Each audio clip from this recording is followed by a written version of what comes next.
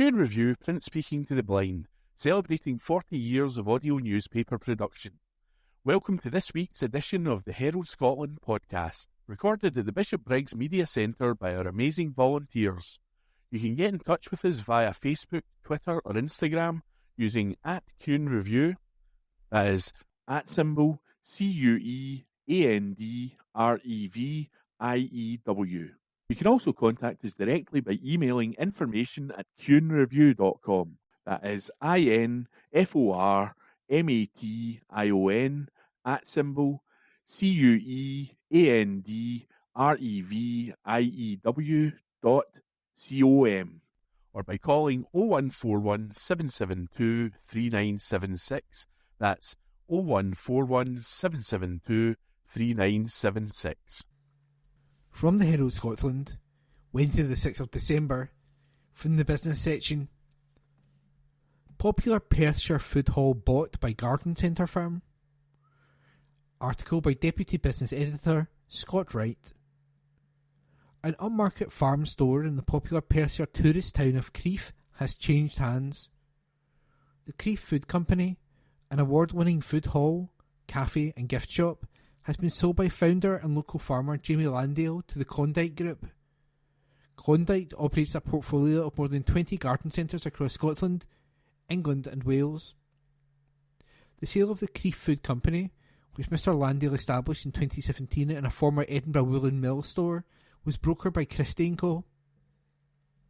Mr Landale said, "I am proud and pleased that we completed the sale of the Crieff Food Company to the Klondike Group. I would like to thank all those past and present who have helped make the Crieff Food Company the very special place it is today. I am leaving a successful business in good hands, and I wish the Klondike Group and all the fabulous TCFC staff every success in the future." Klondike Group said it intends to continue running the farm shop under its existing name. Chief Executive David Yardley said, "The Crieff Food Company has been long admired by Klondike and is a great addition to the group. The nature of the business works nicely alongside our garden centres, and we look forward to working with the team in Crieff to learn from their foodie expertise." Liam Bain, business agent at Christie & Co, said, "The Crieff Food Company is a wonderful business, offering the best products Scotland has to offer. From the first minute the buyers showed interest, both parties worked tirelessly to ensure a deal could be completed. Christie & Co were happy to work with owner and founder, Jamie Landale, throughout the process, and wish him the best in his next venture. Outstanding retail businesses like this demand strong premiums in the marketplace, with Christie & Co well placed to connect our clients with our trusted buyer network." And that article was by Deputy Business Editor Scott Wright. From the Herald Scotland, Wednesday the 6th of December, from the business section. Scotland flights. Jet2's Italy, Spain, Greece, New Year deals. Article written by business correspondent Brian Donnelly. An airline and holiday company has listed last-minute deals for New Year breaks from Scotland. Jet2 City Breaks said travellers can embrace new traditions in places like Athens in Greece, Barcelona in Spain, or Rome in Italy. Those travelling from Glasgow with Jet2 City Breaks over the festive period can book flights with airline jet2.com, including a 22kg baggage allowance and a choice of 2 5-star hotels in central locations in one handy package. Jet2.com said, "With the countdown to the new year well underway and some fantastic last-minute deals available in Jet2 City Breaks winter sale, now is the perfect time to book a magical city break escape." Now operating as a year-round destination for Jet2 City Breaks, Greece's capital city offers a unique New Year's Eve celebration by combining the culture of ancient Greece with street parties, authentic street food and vibrant music. Watch the sun set in another year by world-renowned historical sites such as the Acropolis as fireworks light up the skies. In one example, Jet2 City Breaks is also offering 4 nights room only departing from Glasgow on December the 29th for £719 per person based on 2 sharing. Jet2.com added, walk the paths of emperors in this year's New Year's Eve in the iconic capital of Italy.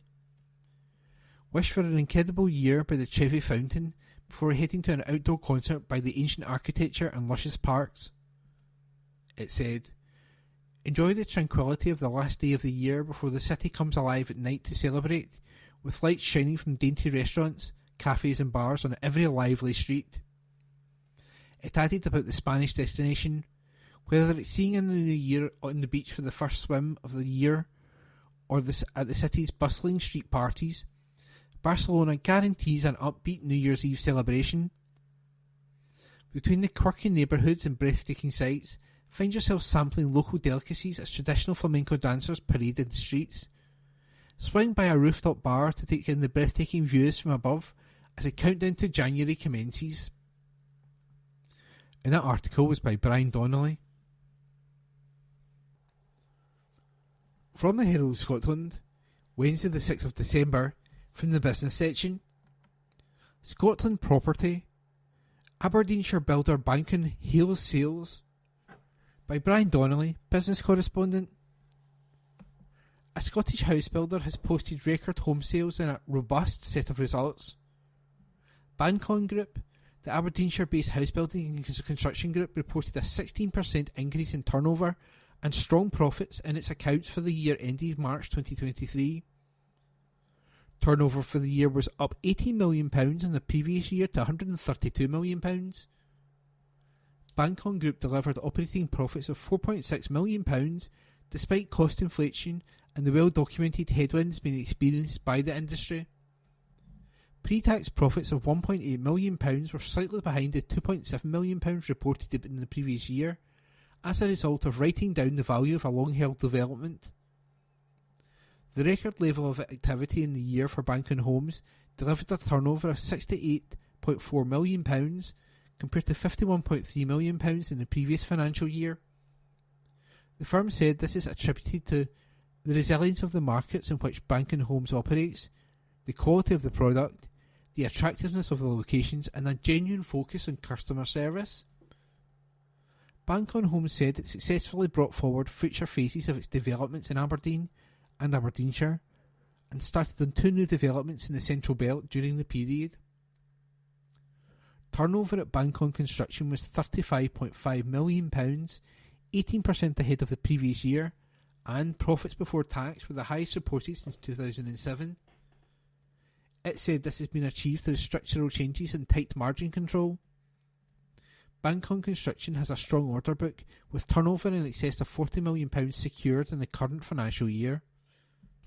Meanwhile, despite an overall slowdown in the market in the second half of the financial year, Deeside Timberframe maintained activity at a similar level to the previous year, with turnover of £28 million compared to £32.6 million. The group reports a positive outlook for 2023-24 and has renewed its banking facilities with Santander for a further 3 years. Kevin McColgan, the chief executive who joined the group in September this year, said, "These robust results, with a second consecutive year of increased home sales, combined with the renewal of our banking facility, demonstrate the success of our current strategies and the confidence in our future prospects. Our strong financial position, positive sales performance in the current financial year, and strong forward orders means we are exceptionally well placed to invest in and deliver our growth ambitions even against the backdrop of the rising costs of raw materials and the wider economic uncertainties." And that article was by business correspondent Brian Donnelly. From the Herald Scotland, Wednesday the 6th of December, from the business section. UCI Cycling World Championships worth over £6 million for Scottish borders. Article by Craig Williams. The 2023 UCI Cycling World Championships are estimated to have a direct economic impact on the Scottish borders of over £6 million. Councillors were told of the estimated benefit at a meeting of Scottish Border Council's Executive Committee this week. Glentress Forest, one of Scotland's most renowned mountain bike locations, was the official venue for the mountain bike cross-country and cross-country marathon events at the championships, which took place in Glasgow and across Scotland in August. Located near Peebles, the vast forest is owned and managed by Forestry and Land Scotland. Councillor Scott Hamilton, executive member for the Community and Business Development, said, Glenchess was an outstanding venue for the World Championships, and I'm delighted at the incredibly positive results that have been presented to us today.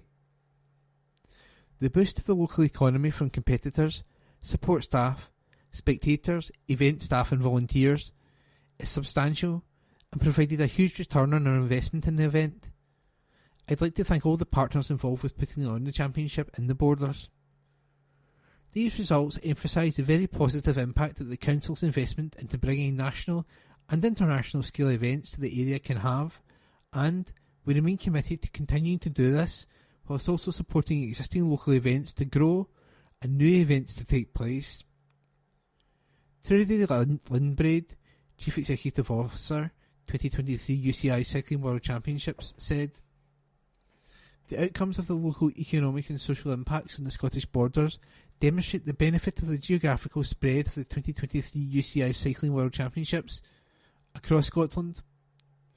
The opportunity for a renowned regional mountain biking location such as Glenchess Forest successfully hosting the mountain bike cross-country events that were broadcast around the world is something the local community can be immensely proud of. It was tremendous to see so many international and local visitors descend on the region in support of the World Championships, providing a significant boost for the economy and supporting the legacy ambitions of South of Scotland cycling strategy, which will further embrace the power of the bike. David Hope Jones, OBE, Chief Executive of the South of Scotland Destination Alliance, said, The UCI Cycling World Championships at Glenchess were a tremendous success, with tens of thousands of spectators flocking to PERTHSHIRE from near and far to enjoy the thrilling races between the world's best cross-country mountain bikers. These economic impact statistics demonstrate the enormous value of such events to local tourism and hospitality businesses. As one of the flagship events in a real year of cycling in the south of Scotland, along with the launch of the fantastic new Kirkpatrick coast-to-coast route, the championships have introduced a whole new audience to the home of the bike. The positive experiences visitors will have taken away with them following the event are arguably even more valuable to the south of Scotland than the financial benefits, since they will now spread the word far and wide and encourage even more people to discover this exceptional part of the world for themselves. Professor Russell Griggs, Chair of South of Scotland's Enterprise, said, What a great event it was, and the economic impact of the 2023 UCI Cycling World Championships on the Scottish Borders really does highlight the power of the bike. Cycling offers significant economic opportunities for our region, as well as the South of Scotland Cycling Partnership believes it can positively impact on many other aspects of our society. These include addressing fuel poverty, transport issues, community isolation, health and well-being, workforce and education inclusion and diversity and equality. After such a positive year for the South of Scotland, we now want to build on this success and continue to make progress with the South of Scotland Cycling Partnership strategy and our ultimate aim of making the South a world-class cycling location. And that article was written by Craig Williams and read by me, Ian. This is from the Herald Scotland on Thursday the 7th of December 2023, from the news section. Blood Donation Scotland. Urgent call for Christmas donors. This article is written by Ginny Saunderson. A Scottish baby who was born weighing the same amount as a small Christmas pudding survived due to blood donations. Lottie Watson, who was born 3 months early, had to have 5 blood transfusions after her weight dropped to just over a pound. She is now celebrating her first Christmas thanks to a blood donation, and people are being asked to donate early to save lives like hers this festive period. Lottie's father, Chris Watson, said, Our treasured daughter Lottie was born 3 months early. Lack of blood flow and loss of amniotic fluid resulted in an early delivery. Lottie had stopped growing and had reduced movements. She was delivered just in time. Lottie weighed just 1 pound 4 ounces when she was born, which dropped to 1 pound 1 ounce. Lottie was in Wishaw General for 13 weeks and received 5 blood transfusions. Mr. Watson said, "We knew she needed a transfusion before the numbers came back from the labs. Her colour would completely drain. She was like a whole new baby after her transfusion. I had never thought about giving blood. It simply hadn't crossed my mind. When I saw what a difference it made to Lottie, I swore I would give back as soon as she was well." Lottie now weighs 9 pounds 4 ounces and has recently started weaning onto solid foods. In September, Mr. Watson attended the Wishaw Give Blood session with his wife Louise to give his first ever donation. He said, "I wanted to give back because if it wasn't for the kindness of strangers who gave up their time and blood, I wouldn't have my little girl. I'd like to thank all the donors who have made Lottie's treatment possible, and my family wishes all of you a very Merry Christmas." The Scottish National Blood Transfusion Service, SNBTS, is asking donors to book their festive appointment early to ensure blood and platelet supplies are at safe levels throughout the festive period. Debbie McNaughton, Associate Director of Donor Services at SNBTS, said, "We work with Scottish hospitals carefully to ensure the best blood products are available for all patient groups. An important patient group is premature babies who need specialised products. Every month, over 100 donations are manufactured especially for neonates. Baby Lottie will remind people about the need for these essential blood components. They will not take a rest over the festive period. Our appointment grids are open and we need everyone to book their festive appointment now." This year the service is particularly asking for donors with blood group O or A to come forward. Ms. McNaughton said, "Demand for these blood groups is expected to be high over the festive period. We also need O-negative donors, who are the only donors whose blood group can safely be given to everyone in an emergency situation. Christmas Day is on a Monday, which means we must ask donors to come forward early to ensure supplies are at safe levels. Peak collection days are normally midweek for blood donors. Platelets have a shelf life of only 7 days, and we anticipate donors will be busy the weekend before Christmas. It's very important donors come forward throughout December and into the new year to ensure Scottish hospitals are well stocked." Between December the 7th to the 24th, the SNBTS must receive 269 platelet donors and 8,843 whole blood donors to maintain a safe supply. Donor centres are available across Scotland, with locations in Aberdeen, Dundee, Edinburgh, Glasgow, Livingston and Inverness. There are also community sessions throughout Scotland. Book an appointment to give blood by creating an online donor account at www.scotblood.co.uk or calling 0345 90 90 999. That's 0345 90 90 999, Monday to Friday, 9 till 5. That article was written by Ginny Sanderson. This is from the Herald Scotland on the 7th of December 2023, from the news section. Yousaf's family face impossible situation. This article is written by Andrew Learmonth. Humza Yousaf has spoken of the impossible situation his family in Gaza faces, following Israel's order to evacuate. The First Minister said his brother-in-law, Mohammed El Natla, and his wife and 4 children have no way of getting out of the Palestinian enclave.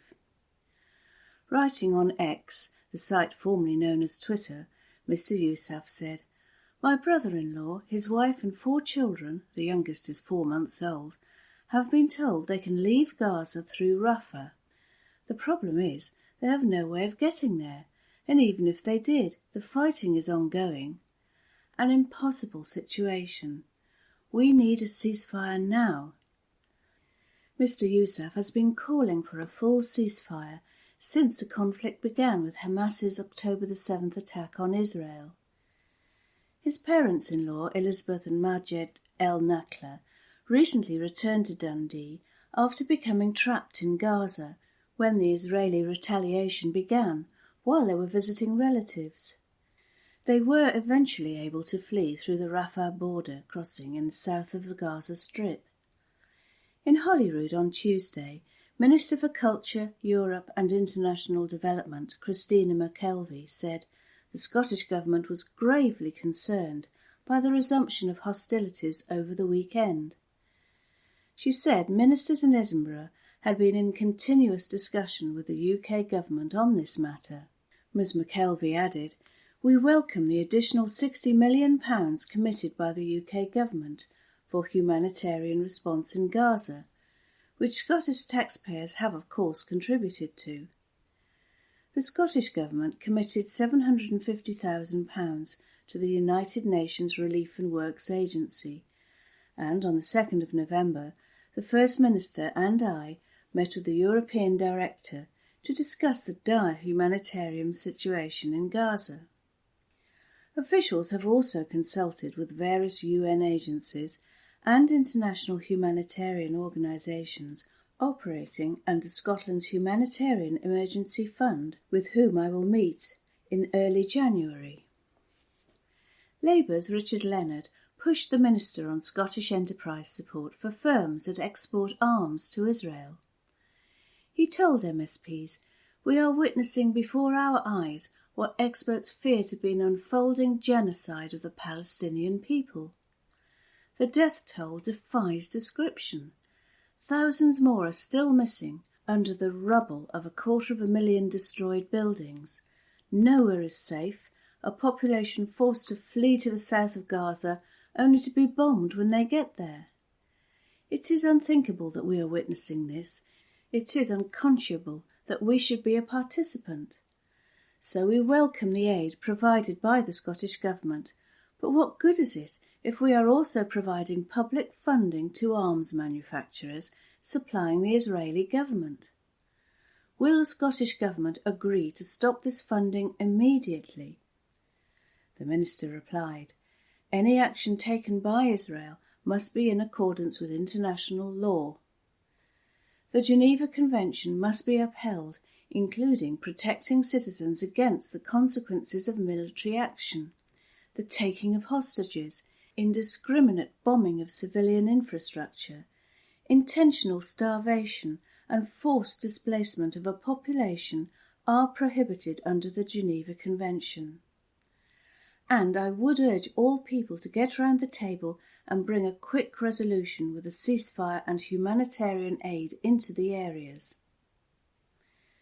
Israeli forces have battled Hamas militants across Gaza after expanding their ground offensive to its second largest city, Khan Yunis, where Mr. Yousaf's brother works. The assault on the south threatens further mass displacement within the besieged coastal enclave, where the UN says some 1.87 million people, more than 80% of the population, have already fled their homes. Much of the north, including large parts of Gaza City, has been completely destroyed, and Palestinians fear the rest of Gaza could suffer a similar fate as Israel tries to dismantle Hamas, which has deep roots in the territory it has ruled for 16 years.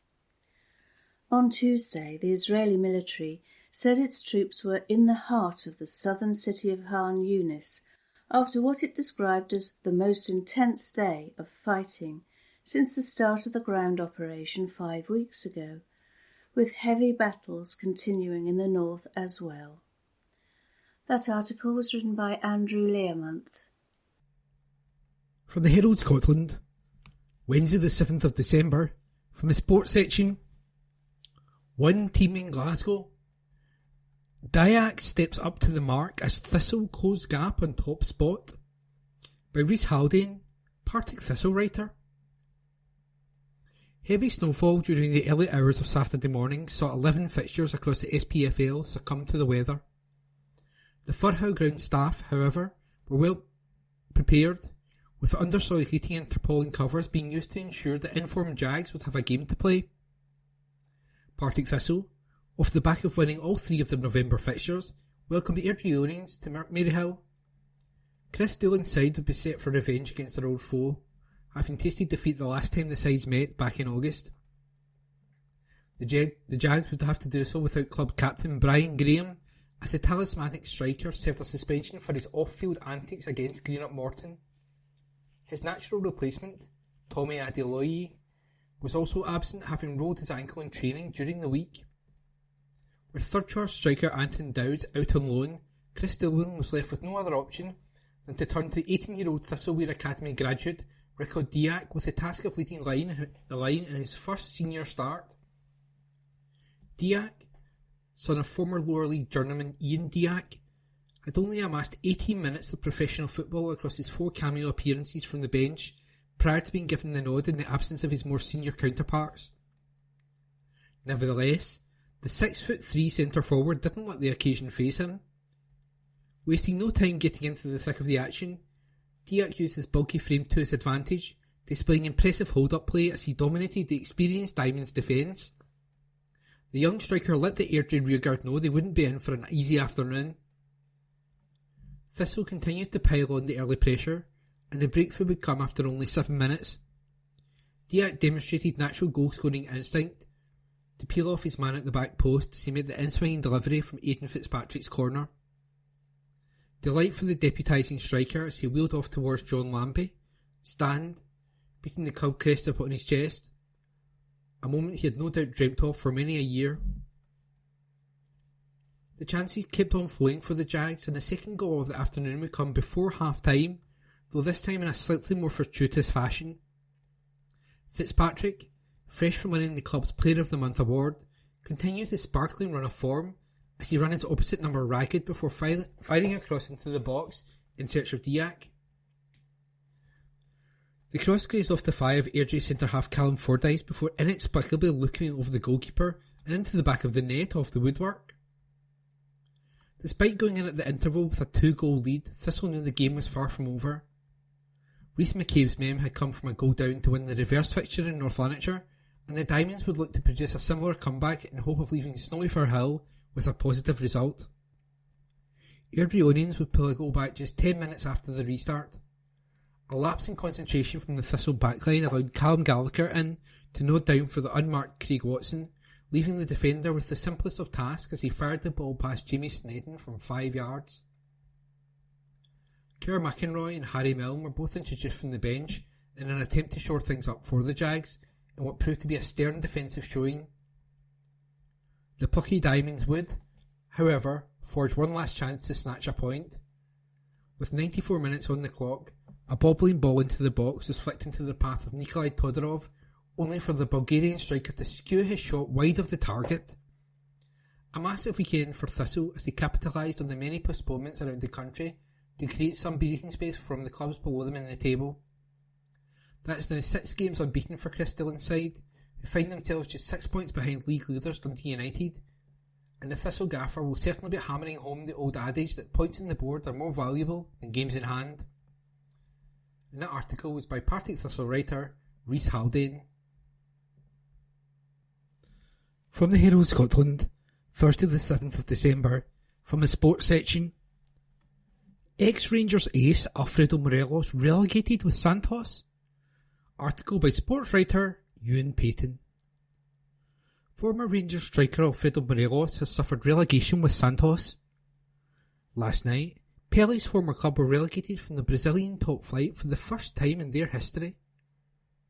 Morelos only joined the South American Giants in September. He signed a 2-year deal around 3 months after departing Ibrox on a free transfer. However, it looks as though his short spell at the club will come to an end as Santos ended the season in relegation. When Morelos joined, Santos were in the midst of a relegation battle. It was hoped the Colombian's eye for goal would help them climb to safety. At the time, technical director Alexandre Gallo hailed his signing. He said, We are very happy with Morelos. If he performs the way he has been performing recently, it will be a very important future dividend for the club. However, after struggling with injuries, the 27-year-old was mainly an unused substitute in the majority of his games. He made just 3 appearances for Santos, with only one of those coming from the start. He failed to score. Santos' fate was last night sealed as he battled it out with Vasco da Gama and Bahia in the final day in a bid to avoid the dreaded drop. Forza Lecce consigned Santos to the Brazilian Serie B next season after scoring in injury time to inflict another home defeat on the team that Neymar played for before joining Barcelona. Fans were disgusted by what unfolded in front of their eyes as the team went down for the first time in their 111-year history. They tried to invade the pitch amid other protests happening outside the stadium post-match. Morelos, who was on the bench last night, will now almost certainly need to look for another new club. It emerged weeks ago that the ex-Rangers man had a relegation release clause in his contract. And that article was by sports writer Ewan Payton. From the Herald Scotland, Thursday the 7th of December, from the sports section. Naismith confirms Clark is Hearts number 1 despite Gordon return. Article by Aidan MacDonald. Hearts boss Stephen Naismith has maintained that Zander Clark remains the number 1 goalkeeper at the club, despite Craig Gordon returning to the squad. The Scotland international has been the regular player between the sticks at Tynecastle since Gordon suffered a double leg break last December, and the 40-year-old made his first appearance on the bench for over 11 months during the 1-0 defeat to Rangers. This has prompted some speculation that Gordon may become the number 1 goalkeeper once again. However, Naismith insisted it is still Clark's position to lose. He said, "It's different from the other players returning from injury because it's a goalkeeper. It's one of those where you look at the player who's been playing and has the jersey, and again last night Zander had some fantastic saves. He had some big saves for us which kept us in the game. As much as we don't go on to get anything from the game, he keeps us in it. Through this season, Zander has been really good and consistent, so at this moment in time I think he's the right guy to be playing in goals. Craig is coming back. The next stage is being involved in the matchday squads, but if there is a time, whatever that may be or when, we will see. But at the moment, Zander is the guy who's playing. I think Zander Clark, has been really good. I think he's consistently played and consistently performed at a good level. As with any goalkeeper, when they make a mistake it is jumped upon. I think when we have some great goalkeepers here, it gets emphasised at any point. But Zander has been a consistent performer for me in the last year. He's come here probably in strange circumstances for someone in his position. Naismith also talked up Clark's experience in the Scottish game, highlighting this as one of the important things he brings to the Hearts squad. He has won a double with St Johnstone, then not to the club for a period before coming here as number 2 at a stage of his career when he was really experienced, he continued. Then Craig gets injured and he has to get up to speed quickly, and then continuously perform. In that period he has made his Scotland debut, got more caps, and I think he's in a much better position now than he was a year ago. So it's been a positive year for him. And that article was by football writer Aidan MacDonald.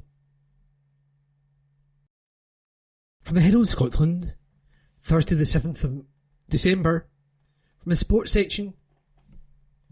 Scotland Euro 2024 opener versus Germany to be shown on STV. Article by Ewan Payton.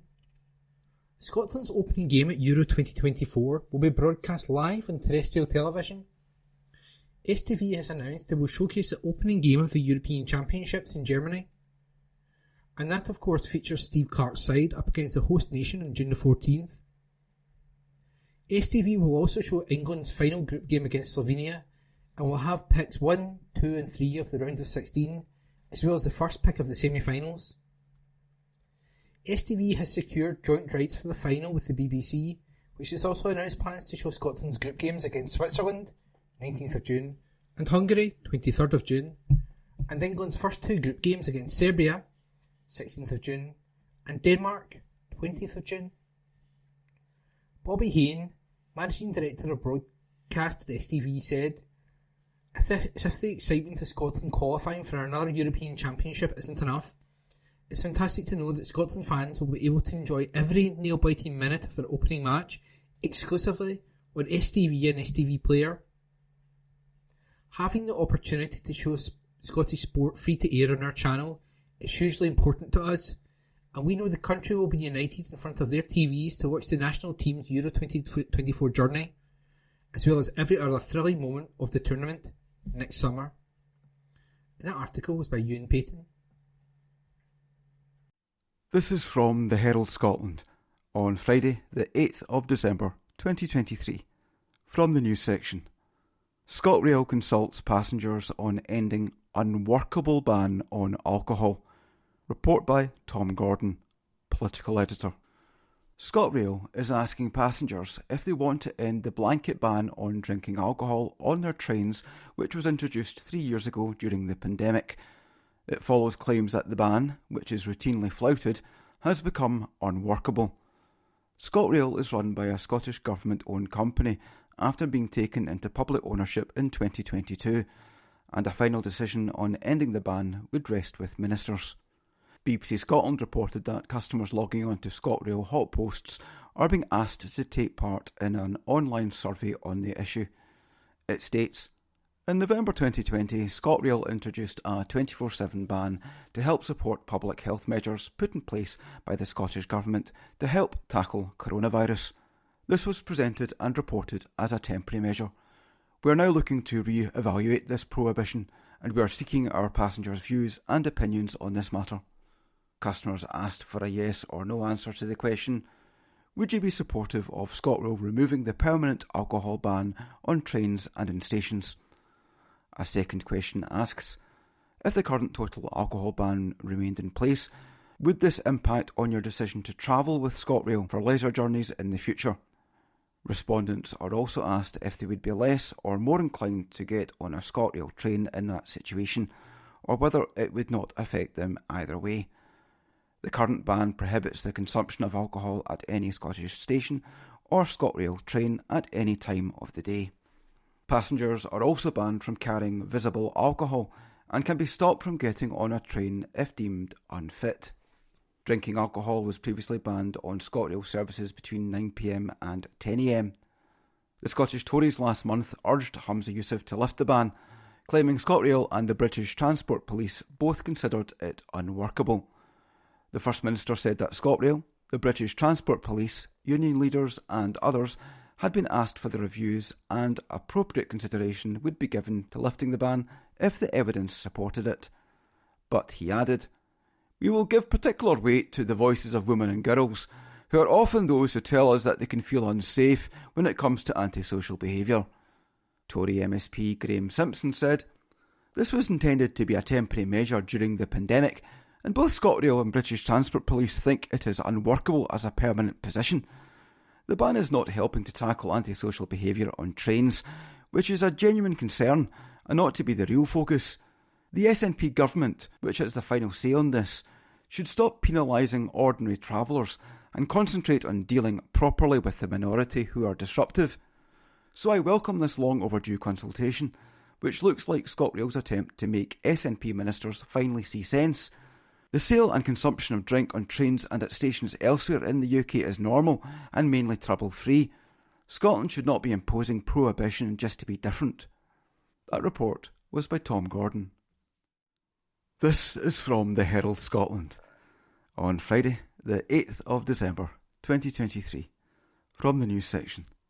Sir Keir Starmer confronted by pro-Palestine activists in Glasgow. Report by Craig Williams.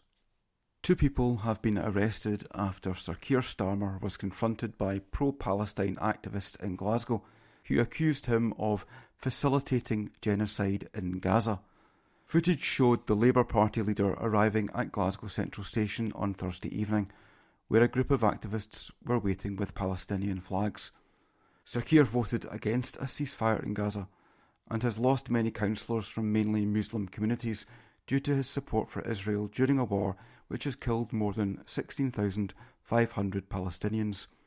The backlash began during an interview with LBC, where he claimed Israel has the right to withhold power and water from Palestinian civilians.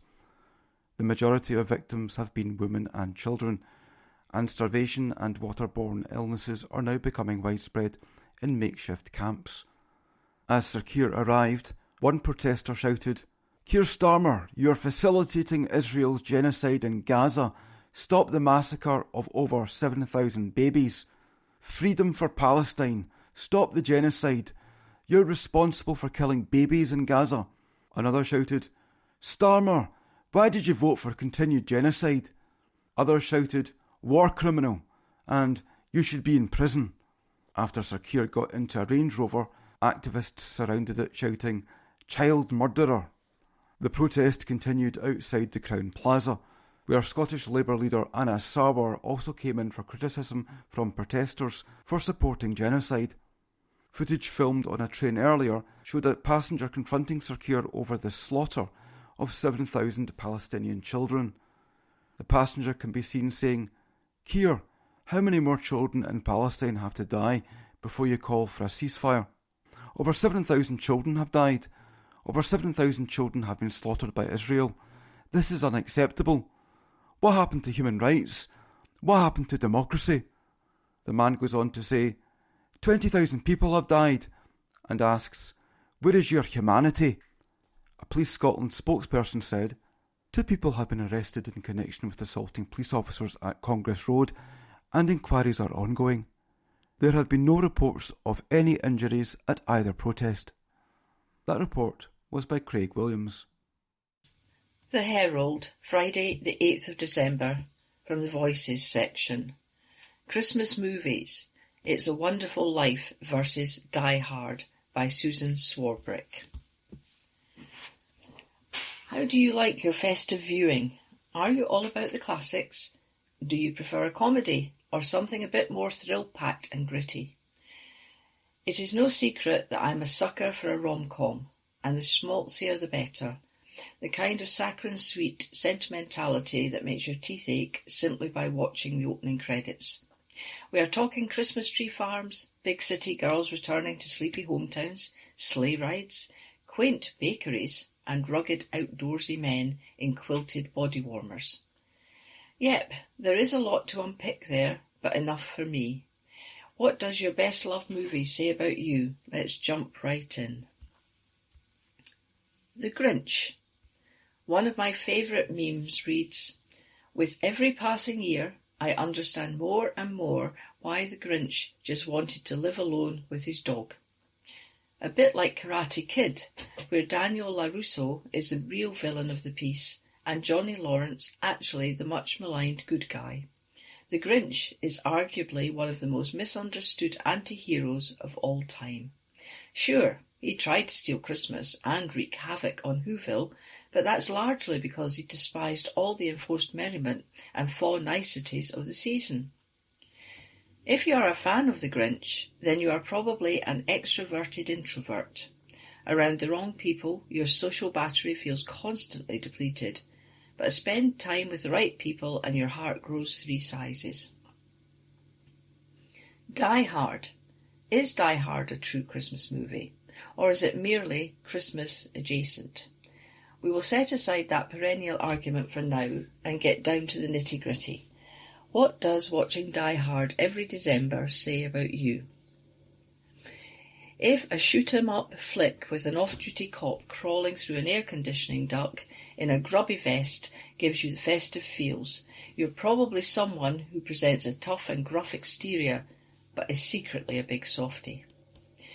You crave nothing more than spending Christmas with family, and if you happen to find a 3-pack of white sports socks and a Lynx gift set wrapped up under the tree, even better. Bad Santa.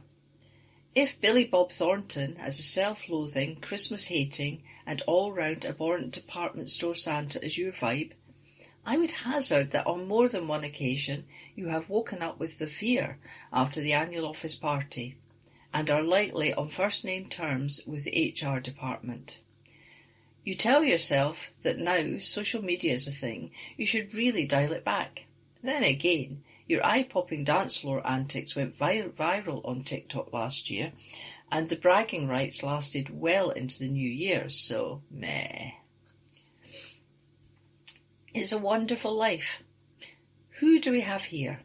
Ah, yes, it's the old-fashioned traditionalist with a detailed spreadsheet and a to-the-minute timetable for all the merry fun.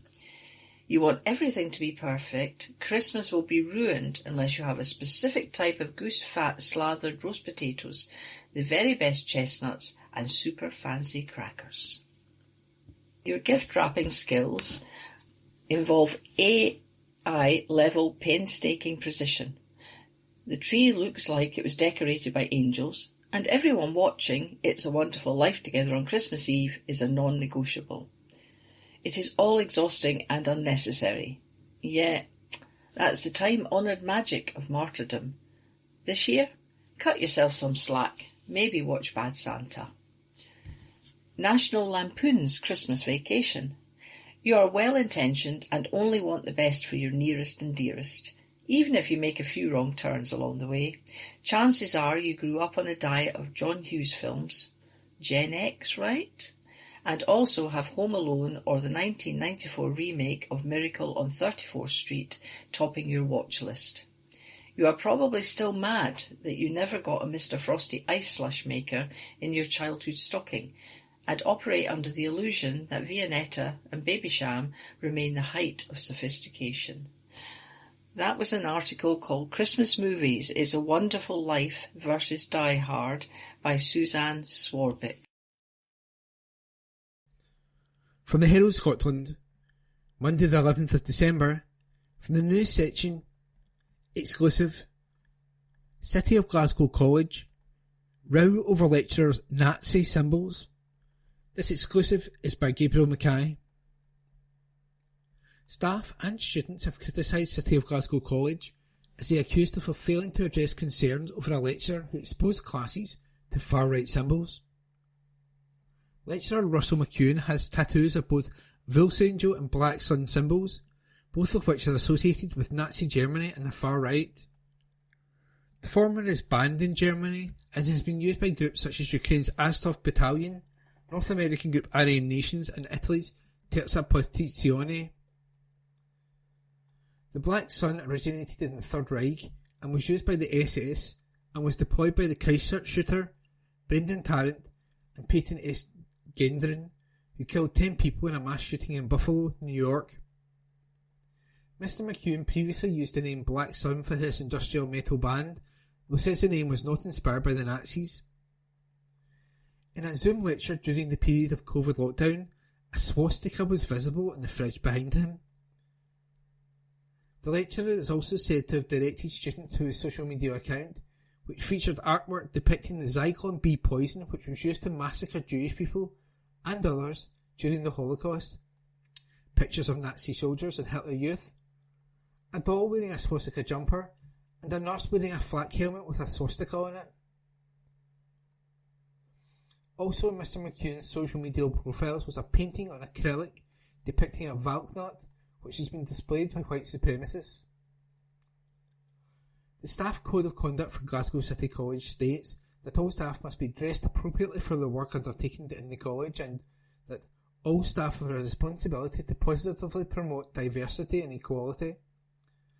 It further makes clear, you must not discriminate or commit an act of harassment against an employee of the college and or a student/member of the public on grounds of age, disability, gender reassignment, including identity, marriage and civil partnership status, pregnancy and maternity, race, including colour, nationality, ethnic or national origins, religion and belief, sex, formerly gender, and sexual orientation. Staff at the college expressed concern that Mr. McEwen's actions could be in breach. A source told the Herald, college management are aware of this Zoom recording and all the students' complaints, but the college has done nothing to address and investigate this very serious breaches of the Staff Code of Conduct. This is typical of the way the City of Glasgow College routinely fails to follow its internal policies and investigate complaints.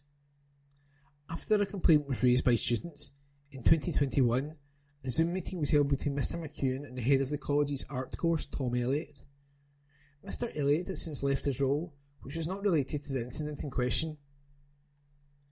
In it, the lecturer made clear he had no far-right sympathies but was interested in symbolism and brought up his use of the symbols in his musical projects.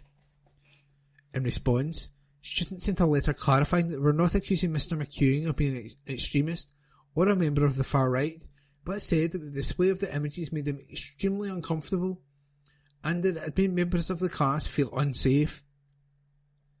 City of Glasgow College's complaints procedure outlines that students can lodge a complaint about conduct, treatment or by attitude by a member of staff or contractor. It also outlines that a formal investigation should take place, with all evidence to be recorded in a corrective and preventative action (CAPA) form. A formal written response must also be offered. When responding to a complainant, the college is obligated to provide an upheld/not upheld conclusion to each element of the complaint. Additionally, the response must also address the complaint's desired outcome.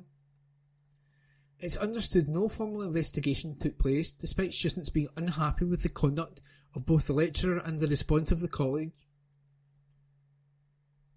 It's understood staff have also raised concerns about the incident with college management in recent days. Russell McEwen said, "This matter was fully examined and dealt with internally by the college 3 years ago and, as I categorically said at the time, I have no sympathies or affiliation to any far-right political ideology, and never have. I have never been a member of a political party, and do not engage with students politically. It is all about the critique of art for me, and I do have an interest in the power of symbolism, including the shock value of certain images. I recognised 3 years ago that it was naive of me to post some symbols on my private, pseudonym social media account which are associated with extremism, so I removed them and voluntarily agreed not to post any such images or symbols in the future." A City of Glasgow College spokesperson said, "We take great pride in the diversity of our students and staff and have some 150 nationalities on our twin-site campus, and we utterly condemn the divisive and offensive views of far-right politics. Equality, diversity and inclusiveness, EDI, is integral to everything we do and is fully embedded into our strategic and operational plans. EDI values are also imbued through our curriculum, and our principal was the first in the college sector to sign the Declaration of Anti-Racism. 3 years ago, some students in one of Russell's classes raised concerns about him allegedly posting offensive and shocking images on a private social media account under an alias which was entirely unconnected to the college and to his work as a part-time visual communications lecturer. Although the students never formally raised a complaint against that lecturer, their concerns were taken very seriously and the issue was properly reviewed and scrutinised back in early 2021. Senior management, in the form of the former Dean of Creative Industries faculty, explored the issue and held discussions with those students and then with Russell and faculty managers. There was never any question of illegality in this issue, and Russell has always made it clear that he has never had any sympathy towards far-right or any other political ideology, and nor has he ever pushed any political ideology onto his students. No prior or subsequent concerns have ever been raised by any of his students. The college has a strict social media policy for all college accounts and any link to the college, but this was out of scope because it was a personal account with no connection to the college. Russell closed that private social media account, agreed to desist from posting any similar offensive images on any other accounts, and completed EDI learning modules. And that article was an exclusive by Gabriel Mackay. From the Herald Scotland, Monday the 11th of December. From the news section, Diplomatic Spat. Yousaf slams petty and misguided Cameron. Article by Andrew Learmonth.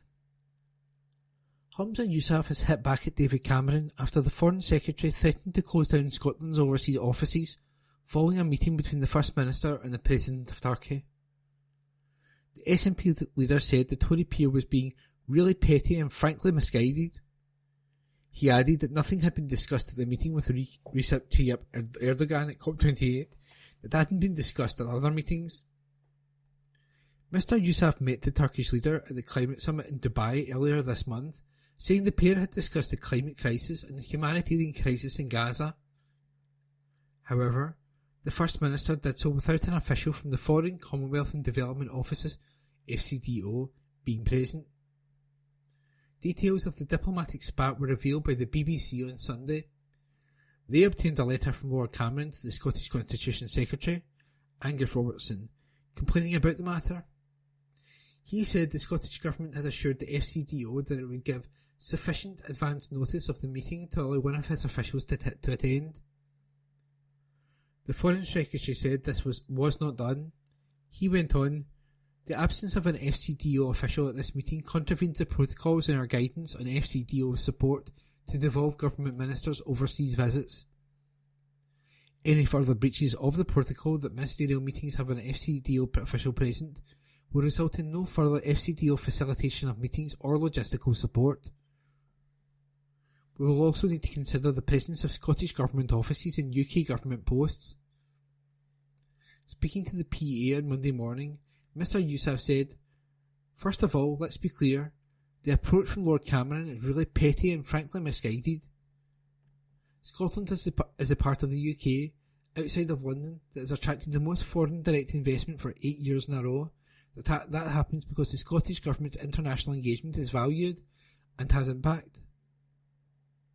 To threaten to curtail that, to stop that international engagement, the international engagement from the elected Scottish Government from an unelected Lord, I think is misguided and petty."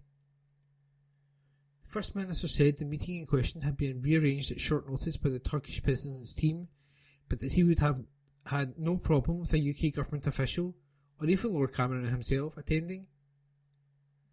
It was rearranged at short notice by the President of Turkey's team. The FCDO official chose not to stay with the Scottish delegation the whole day, and because of that they ended up missing the meeting. Nothing was discussed that hadn't been discussed in other meetings, such as the climate crisis, and in this particular meeting the issue of the Israel-Gaza conflict. The First Minister added that an FCDO official was at the vast majority of meetings he had during the climate summit. Mr Yousaf said revoking support from the Scottish Government abroad would affect Scottish business, affect the Scottish economy. He added, "Our exports are worth over £6 billion in whisky alone over the last year, showing how important exports, how important international engagement is to Scotland's economy. For Lord Cameron to say he's basically going to stop Scotland's international engagement because of one meeting where one FCDO official wasn't able to attend, because, of course, at events like COP, diaries can change quite last minute, is really petty, really misguided. I suggest to Lord Cameron that next time, if he has an issue like that, he should just pick up the phone. I'm sure it can be resolved." On Sunday, the BBC quoted a UK Government source who said Lord Cameron wanted to take a harder line approach than his predecessor, James Cleverly. The former Foreign Secretary made a similar threat after Mr Yousaf met the Islamic PM in August, again without UK diplomats present. A UK Government source said Lord Cameron's letter was an escalation. Mr Yousaf has already been criticised from within his own party over the meeting. The Kurdish-born Glasgow SNP councillor Rosa Saleh said she was disgusted as Turkey has stepped up attacks on Kurdish groups in Syria. Addressing Mr Yousaf on Twitter/X, she wrote, "Our politicians and half of the population are imprisoned by him, and you shake his hand. I did not expect this from an FM that says he respects human rights." In response to Councillor Sally's criticism, Mr Yousaf said he would not stop meeting world leaders. And that article was by Andrew Learmonth. From the Herald, Monday, 11th of December 2023, Sports section. Scotland announced friendlies against Netherlands and Northern Ireland by Aidan MacDonald, football writer. Scotland have announced they will face the Netherlands and Northern Ireland in friendly matches in March of next year. The fixtures will make up part of Steve Clarke's side's preparations for Euro 2024. Scotland will first travel to the Netherlands to take on the 1988 European champions in a 7:45 p.m. kickoff on Friday, March the 22nd, with the venue to be confirmed by the hosts in the near future. Then Hampden will host the game against Michael O'Neill's side on Tuesday, March the 26th at 7:45. Ticket information for both games will be confirmed in the near future. Clark previously insisted Scotland will not be overawed by the occasion when they open Euro 2024 against Germany. They will also play Switzerland and Hungary as they contest Group A at the tournament.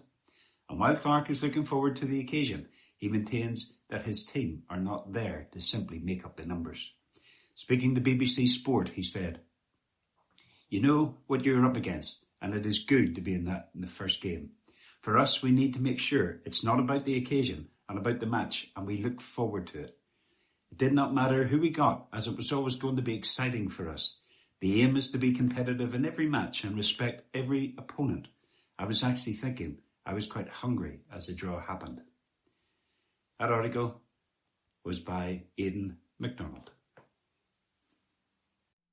This is from the Herald Scotland on Monday, the 11th of December 2023, from Voices section. The Herald Diary, Going Underground. Article compiled by Lorne Jackson. The article begins with a photograph of a blue car with the number plate W33GEE. David Donaldson says, "I think we can safely conclude that the owner of this car does not come from Edinburgh." Going underground. Retired Central Ayrshire Labour MP Sir Brian Donoghue was on the tube in London when he heard an interesting announcement over the tannoy. "We were advised," says Sir Brian, "to be careful and to ensure we did not fall, as we would be unsteady after drinking alcohol." Adds Sir Brian, "Good advice perhaps, but necessary at 11 in the morning." The former political concedes that such early morning advice might be necessary in Glasgow. Slip sliding away. The recent snowfall reminds Ian Noble from Carstairs village of the day a few years ago when he was encouraged by the grandchildren to have a wee shotty at that sledging malarkey. "I don't want to say too much about the experience," says Ian, "except to recall that the man was very understanding about his dog, and I would have liked the woman at the bottom of the street to have left her garage door open." Any old iron.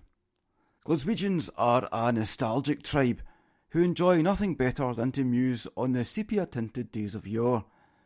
Facebook includes many groups that are happy to indulge this habit, including the Blasts from Glasgow Past page. An old photo of Crockett the ironmonger on West Nile Street was recently posted there, which inspired one misty-eyed member of the group to wistfully sigh, "Used to get my paraffin in there back in the 70s. Paraffin shopping on the Glasgow High Street. Now those truly were halcyon days." Hot gossip. Two tipsy colleagues were on a Glasgow train last Friday evening, reports reader Ken Gregg. From their conversation it was clear that they were merrily returning from the office Christmas party and discreetly dishing the dirt on their workmates. "I dinna know why the boss was fizzing with me," said one of them. "Just 'cause he telled me to do something, and I pure laughed in his face." Audience blowback. "Relentless drizzle was turning Suckyhall Street soggy the other day," says reader Barbara Conroy. This dreich state of affairs did not dissuade the local musicians from inflicting their talents on pedestrians, and there was one trumpet-playing busker ambitiously parping on his brass instrument. A small audience was huddled round him, with one less than impressed listener heard to mutter, "There's nothing sadder than a trumpet player in the rain." Semi-sitcom.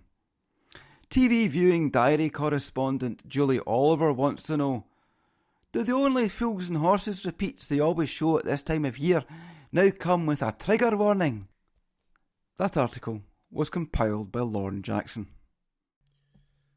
From the Herald Scotland, Monday the 11th of December, from the Arts section. Harry Potter First Edition found in bargain bucket sells for £55,000. By Craig Williams. A Harry Potter First Edition bought for £10 in 1997 in Scotland has achieved a five-figure sum at auction. The hardback copy of Harry Potter and the Philosopher's Stone from the first Potter book print run in 1997 was spotted in a bargain bucket in a bookshop in the Highlands. The forgotten treasure went onto the hammer at Hanson's auctioneers in Staffordshire on Monday, and sold for £55,104 to a private UK online buyer. Hanson's Books expert Jim Spencer said, "It's a great result for a great find. This was a genuine, honest first issue and a fantastically well-preserved example. It was fresh to market and it deserved to go full steam like the Hogwarts Express. Of the 500 first issue hardbacks printed, 300 went to schools and libraries in order to reach a bigger audience. This is one of the even scarcer 200 that went to bookshops." The seller, a 58-year-old Scottish woman, learned about Harry Potter and the Philosopher's Stone after reading one of the first ever interviews with its author, J.K. Rowling, in a newspaper in the late 1990s. The seller said, "I bought the Harry Potter book before anyone really knew much about it, or the author. I found it during a family caravan trip touring round the Highlands. I discovered a bookshop cafe on an isolated peninsula after driving miles on a single-track road in the northwest of Scotland. I recognised the distinctive book cover straight away. The bookseller had placed it in a wicker bargain bucket basket on the floor. Because it had no dust jacket, it got a couple of pounds knocked off the price. Our two children enjoyed The Wizard tale as a bedtime story all through that holiday in 1997. The first print run of the famous book featured only 500 hardback copies. According to Hanson's, they are the rarest and most prized Potter books, the holy grail for collectors. The vendor, who lives just north of Edinburgh, said, "My children read something online years back about how to identify first editions and told me they thought we had one of them. But I said the edition was worthless due to having no dust jacket. Sometime later I learned the book was never released with a dust jacket. At that point, we stored the book away. It lived like the young Harry Potter did, in the cupboard under the stairs. I forgot about it for a long time, but then read about the rarity of first editions. I decided to contact Jim Spencer, the Harry Potter books expert at Hanson's. I wanted to authenticate my copy and find out what it might be worth. My children are grown up now, and it's time for someone else to have the pleasure of owning a rare piece of literary history." Jim Spencer, Harry Potter books expert at Hanson's, said, "These first issues are getting harder and harder to find. This must be one of the few remaining copies that has been in private hands since it was purchased in 1997. It's astonishing that it ended up in a remote Scottish peninsula, and it was all down to an article in a newspaper, and perhaps a dusting of magic, that encouraged the inquisitive and very lucky buyer to pluck it from the bargain bin. Most examples are quite badly worn, especially ex-library copies. They've often been shared among friends and carried around in school rucksacks, which in some ways is lovely, capturing the buzz of Harry Potter when it first gained popularity. However, more traditional collectors are incredibly fussy about condition, which helped this book fulfill its potential. The book is the 19th hardback Philosopher's Stone first edition out of 500 discovered by Jim Spencer. They are sold at auction for between £17,500 and £69,000, plus buyer's premium, dependent on condition. An article was by Craig Williams. For the Herald Scotland, Monday the 11th of December, from the business section. Business briefing. Hearts Tynecastle Park Hotel, Edinburgh, to be launched by business correspondent Brian Donnelly. The new chief executive of a Scottish Premiership football club has hailed plans for a new stadium hotel as the club's newest and boldest venture. The Heart of Midlothian chief said the 25-bedroom hotel and event space are part of its ambitious growth plans, and it is hoped the facilities will attract international interest. It's not just a hotel for football fans, Hearts chief executive Anne Budge said. Tynecastle Park is set to offer a truly unique hotel experience in our iconic Tynecastle Park Stadium, the home of Heart of Midlothian Football Club. Owned and operated entirely by the club, the hotel is Heart's newest and boldest venture. It's also the only hotel of its kind found anywhere in the UK. As part of our ambitious growth plans, both on and off the pitch, our in-house hospitality team will take full responsibility for running the hotel and providing one-of-a-kind matchday experience and guest stays. The hotel rooms and additional conference and event space will offer the club an ideal opportunity to host even more events at Tynecastle, while appealing to millions of visitors that Edinburgh attracts each year as the UK's second most visited city. Integrated within the main stand at Tynecastle Park in the west of the city, it is claimed it will be the UK's first club-owned and operated hotel inside a football stadium. The Tynecastle Park Hotel will offer a choice of individually styled guest rooms, including family, executive and accessible rooms. There will also be a club lounge and a choice of 6 new dedicated meeting, conference and event spaces. The 25 guest rooms are being designed to a high specification, offering comfort and quality throughout, including ensuite shower rooms with marble finish, monsoon showers and emperor-sized beds. Selected guest rooms will use the latest technology to provide guests with the option of a live view of the pitch or city skyline on HD plasma screens. The Skyline restaurant, which sits on the top floor of the main stand, will be open 7 days a week, offering overnight guests and non-residents Scottish seasonal menus.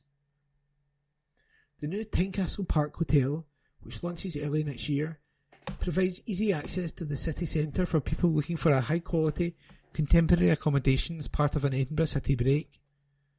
Ms Budge added, "As well as our vast supporter base both in the local area and from further afield, we hope to attract international visitors and guests from around the UK looking for high-quality, contemporary accommodation as part of an Edinburgh city break. It's not just a hotel for football fans. Tynecastle Park Hotel is ideally positioned within a few minutes of the city centre, Murrayfield Stadium and the Edinburgh tram line. Also located on the right side of the city for Edinburgh Airport, this will be a perfect location for all types of visitors, including business travellers." Driven by a vision of self-sustainability, community and growth, the Tynecastle Park Hotel is owned and managed completely by the football club. The success of the hotel directly supports the ambitions of the fan-owned club. The opening offer for dinner, bed and breakfast will be available from £150 per room per night, based on 2 people sharing. Limited guest parking will also be available. Firms keep hiring despite downturn in business activity. Businesses in Scotland are continuing to hire despite an ongoing decline in new business and fresh orders across the manufacturing and service sectors. The latest Royal Bank Scotland PMI published this morning has pegged the level of private sector business activity at 47.1 for November. Whilst this was an improvement from the previous month's reading of 46.5, it remains firmly in negative territory below the neutral mark of 50.0 for the 3rd month in a row.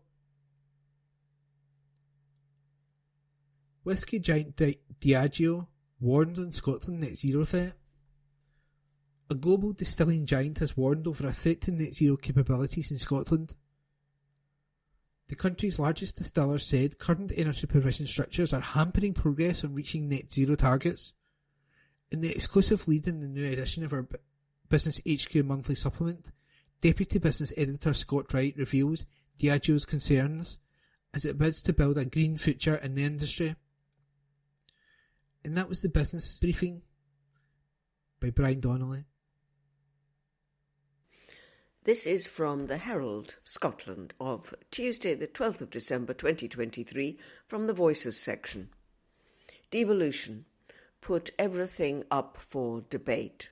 This article is by Neil Mackay.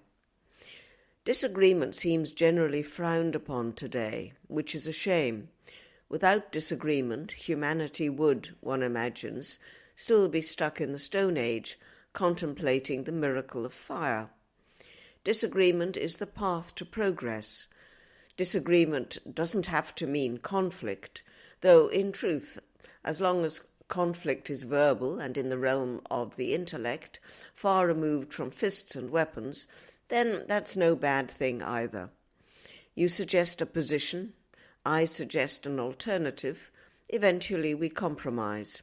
Both of us get some of what we want, neither dominates the other. That's the best map to follow along the sometimes discomforting path of democracy. Yet it's the only path, unless you veer off into the dark, frightening woods. However, since social media sunk its venomous fangs into us, disagreement has been subject to genetic mutation. It's either a blood sport of threats, abuse and silencing, or it's feared and rejected, with some, understandably, refusing to engage in such brutal showdowns and instead favouring the safety of groupthink.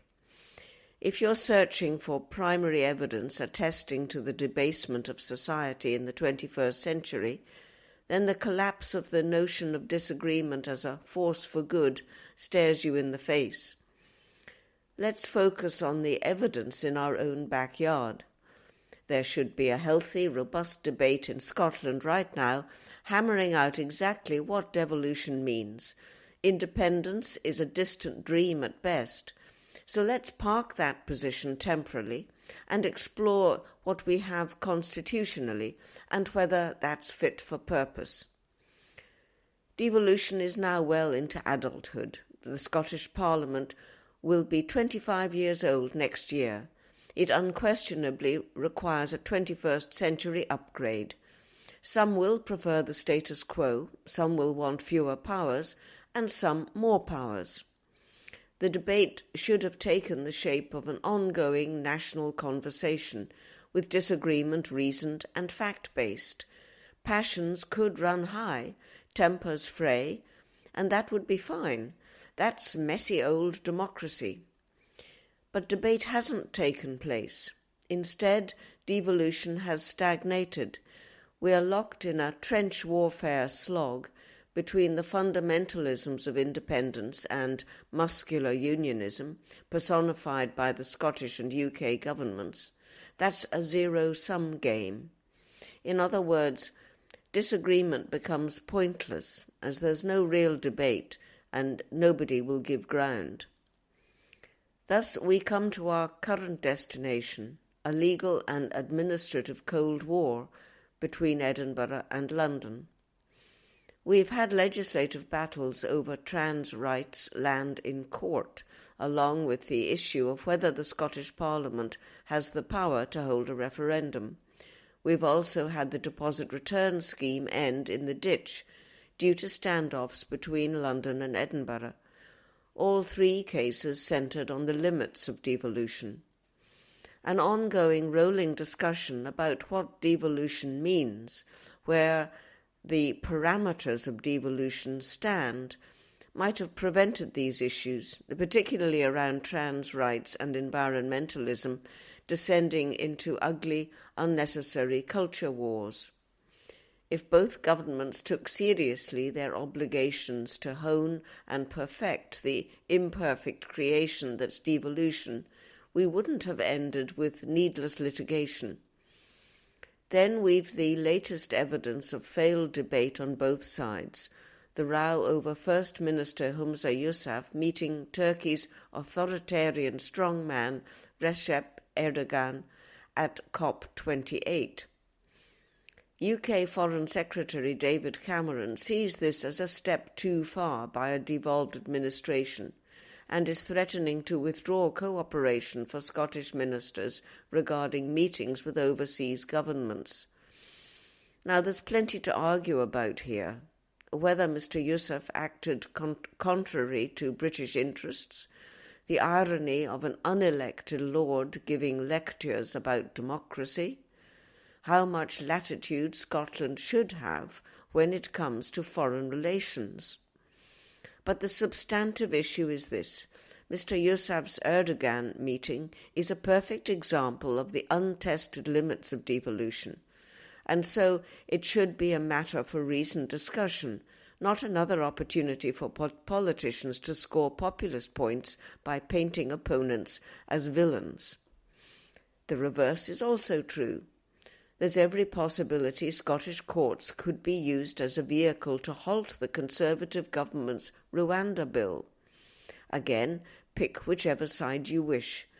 But once more, it proves the fluid borders of devolution need explored. Where does the power of one end and the other begin? A healthy debate on devolution can only enhance our politics. Rather than warring, Edinburgh and London could act as checks and balances on each other, the inner and outer wheels of democracy constraining and steadying one another. This isn't a reason for yes voters to stop supporting independence. It's simply a means to improve politics, while yes voters simultaneously continue campaigning for Scottish independence.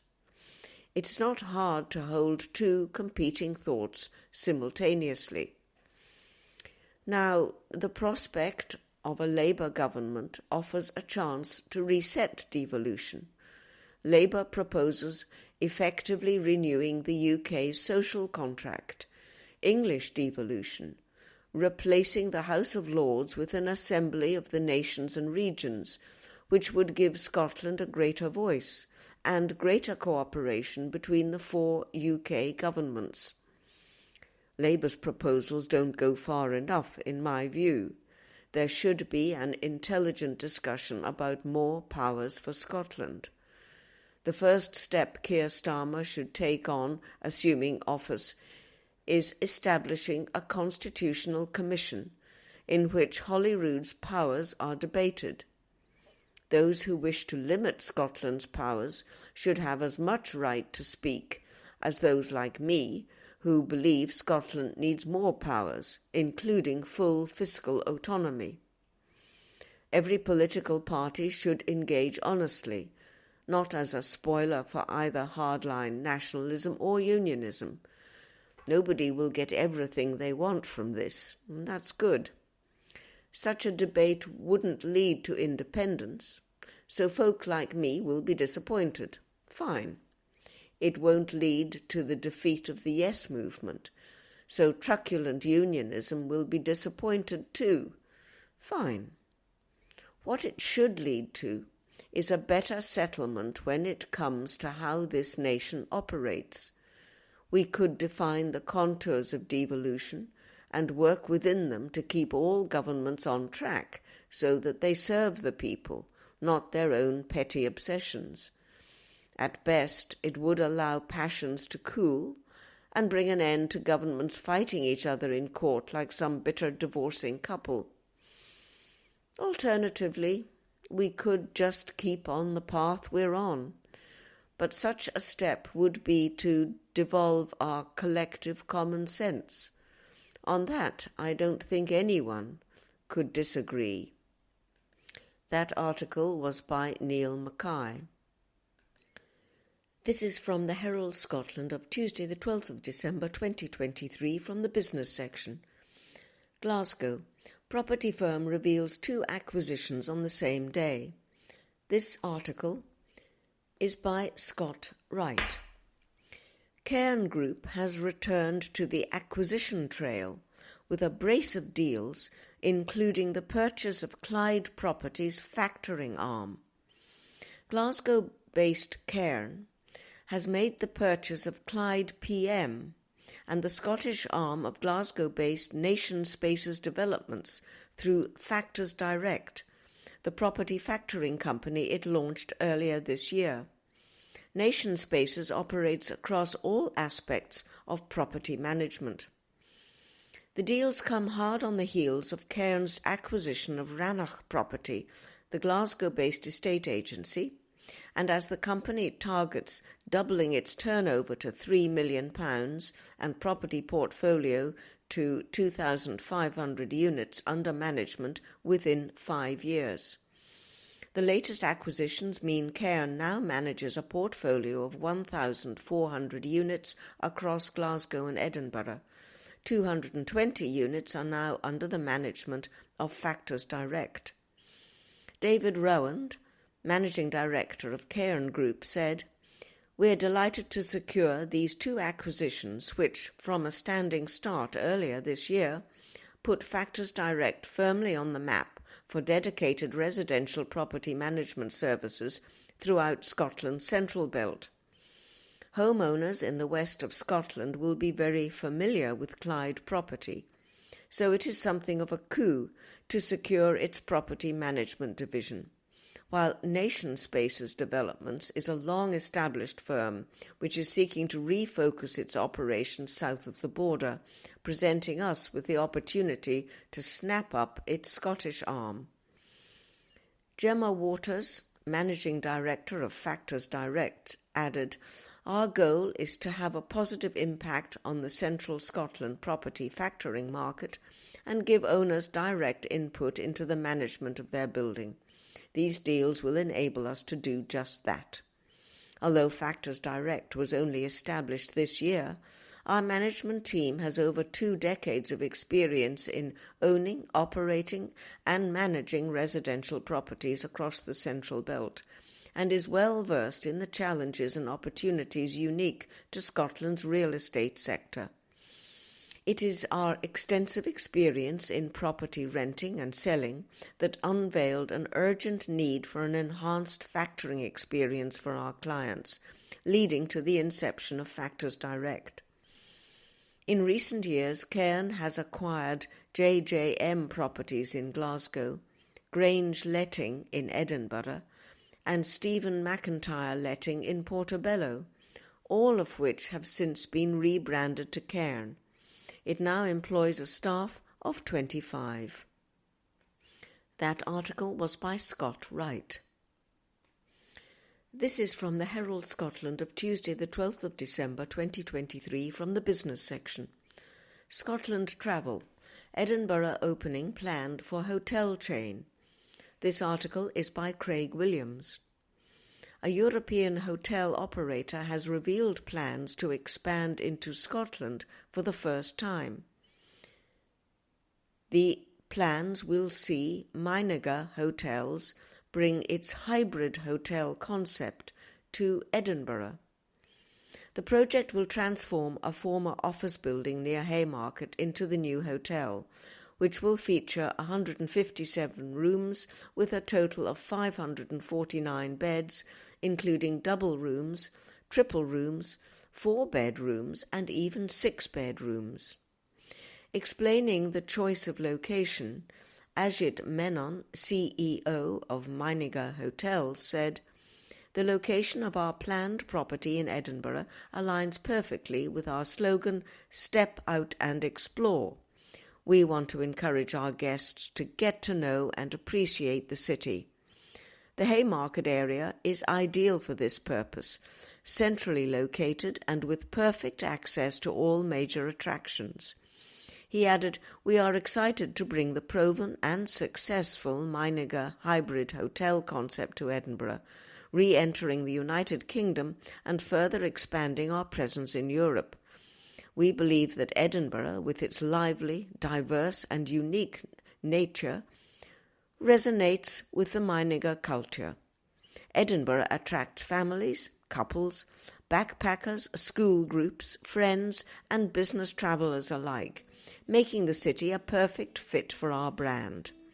Founded in 1999 in Berlin, today Meininger Hotels has 35 operating leasehold and management sites and over 19,500 beds across 25 European cities.